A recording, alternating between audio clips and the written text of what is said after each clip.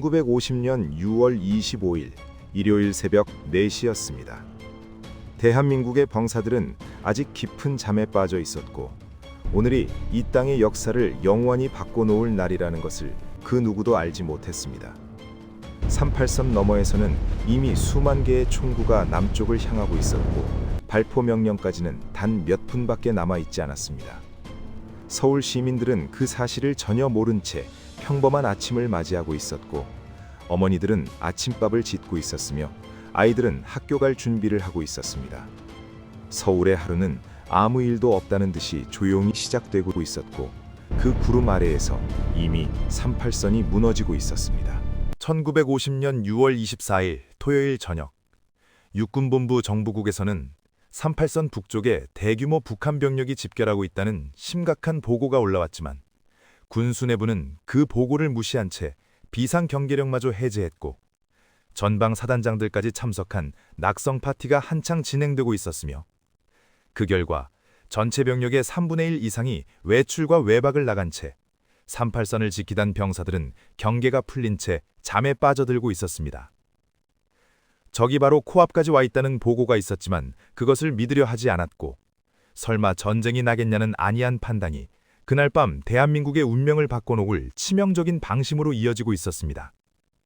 38선을 지키던 병사들은 그 사실도 모른 채 깊은 잠에 빠져들었고 이것이 얼마나 치명적인 실수였는지는 불과 몇 시간 후에 드러나게 됩니다. 그리고 몇 시간 후였습니다.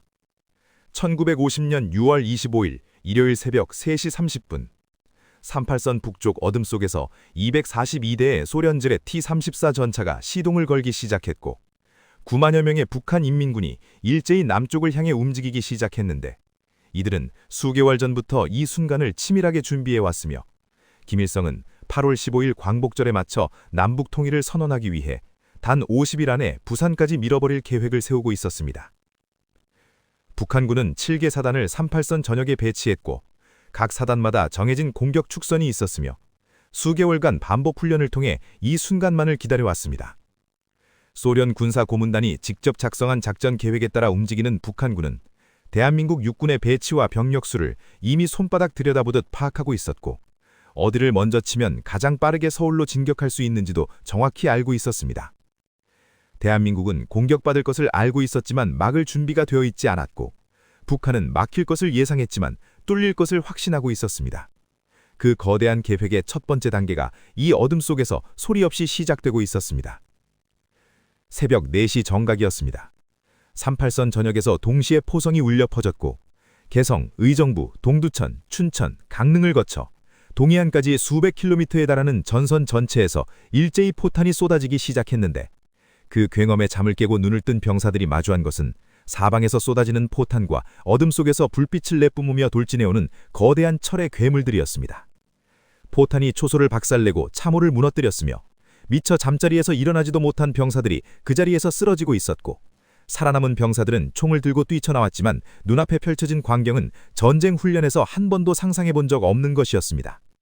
철을 괴물들은 총알을 튕겨내며 전진했고 포탄을 쏟아내며 병사들의 진지를 짓밟았으며 지축을 흔드는 굉음 속에서 병사들의 외침은 아무도 듣지 못했습니다. 북한군이 앞세운 T-34 전차는 제2차 세계대전에서 나치 독일의 강력한 기갑부대를 격파했던 당시 세계 최강의 전차 중 하나였으며 두꺼운 장갑과 강력한 85mm 주포를 갖추고 시속 50km로 지형을 가리지 않고 질주할 수 있었는데 이 전차 앞에서 대한민국 병사들이 가진 소총과 기관총은 아무런 의미가 없었습니다.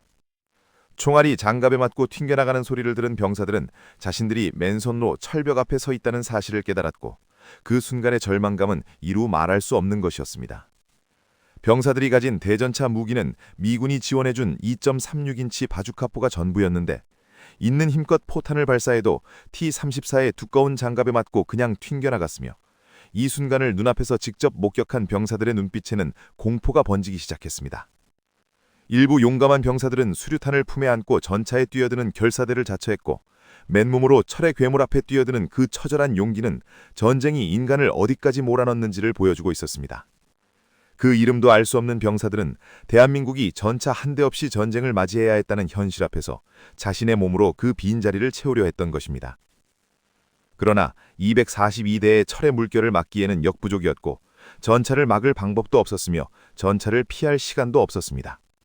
포탄 소리와 전차의 굉음 속에서 병사들이 내지르는 함성은 새벽 하늘로 사라져갔고 그 자리에는 불타는 진지와 쓰러진 전우들만이 남겨지고 있었습니다. 새벽 5시가 넘어가면서 서울로 향하는 가장 빠른 길목인 의정부 축선에서는 국군 제7사단의 방어선이 빠르게 무너지기 시작했는데 북한군 최정예 제1사단과 제4사단이 전차를 앞세우고 물밀듯이 밀려내려왔으며 기습적인 포격에 지휘체계가 흔들린 7사단은 조직적인 저항조차 제대로 하지 못한 채 남쪽으로 밀려나고 있었습니다.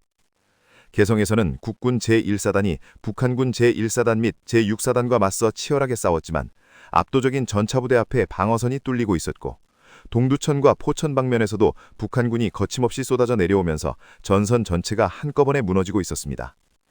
각 전선의 지휘관들은 상황 보고를 올리려 했지만 통신선이 이미 끊겨 있었고 전령을 보내려 해도 도로는 혼란 속에 뒤엉켜 있었으며 옆 부대가 어디까지 밀렸는지조차 알 수 없는 상황에서 병사들은 각자 판단으로 싸우거나 후퇴해야 했습니다. 개성은 전쟁이 시작된 지 불과 5시간 만인 오전 9시경 북한군의 수중에 떨어졌는데 고려의 수도였던 그 역사적인 도시가 단 몇 시간 만에 적의 손에 넘어간 것이었고 그 소식은 서울 방어선을 지키던 병사들에게 큰 충격을 안겨주었습니다. 병사들은 싸우고 싶었지만 싸울 수 있는 무기가 없었고 명령을 받고 싶었지만 명령을 내릴 지휘관을 찾을 수 없었으며 전날 밤 파티를 즐기며 잠든 지휘관들이 눈을 떴을 때 전선은 이미 돌이킬 수 없는 상황으로 치닫고 있었습니다. 새벽 6시경 최병덕 육군참모총장이 상황을 보고받고 비상소집령을 내렸지만 이미 전선 곳곳에서 방어선이 무너지고 있었고 통신망은 끊겼으며 각 사단은 서로의 상황을 알지 못한 채 각자 도생으로 싸우고 있었는데 전쟁이 시작된 지 불과 2시간 만에 대한민국 육군의 지휘체계는 사실상 마비 상태에 빠져들고 있었습니다. 외출 나간 병사들은 포성을 듣고 부랴부랴 부대로 복귀하려 했지만 이미 도로는 혼란 속에 뒤엉키고 있었고 일부는 끝내 부대로 돌아오지 못한 채 전장 한복판에 홀로 남겨지기도 했습니다. 나라를 지키겠다고 입대한 청년들이 제대로 된 무기도 명령도 없이 적의 총구 앞에 서야 했던 그 아침은 대한민국 역사상 가장 뼈아픈 아침 중 하나였습니다. 무기가 없어서 싸우지 못한 것이 아니라 싸울 준비 자체가 되어 있지 않았던 나라의 비극이 그 새벽에 고스란히 드러나고 있었습니다. 그러나 강원도 춘천에서는 전혀 다른 이야기가 펼쳐지고 있었습니다. 국군 제6사단장 김정호 대령은 며칠 전부터 북한군의 심상치 않은 움직임을 포착하고 상부의 안이한 판단과 달리 부대를 완전한 전투태세로 유지하고 있었으며 새벽 4시 포격이 시작되자 즉각적이고 조직적인 반격을 가하기 시작했습니다. 전차도 없고 추가 지원도 없는 상황에서 오직 병사들의 투지와 포병의 정확한 사격만으로 북한군 제2사단의 진격을 완전히 틀어막았는데 북한군은 춘천을 몇 시간 안에 돌파할 계획이었지만 6사단 병사들은 온몸으로 버텨내며 그 몇 시간을 사흘로 늘려냈습니다. 포탄이 빗발치는 진지에서 한 발자국도 물러서지 않은 병사들이 있었고 총탄에 쓰러지는 전우를 보면서도 진지를 지킨 병사들이 있었으며 산을 타고 우회하려던 북한군의 시도마저 막아냈습니다. 식량도 떨어지고 탄약도 바닥을 드러내기 시작했지만 6사단 병사들은 물러서지 않았고 북한군 제2사단은 이 춘천 하나를 돌파하지 못해 전체 작전 계획에 차질이 생겼습니다.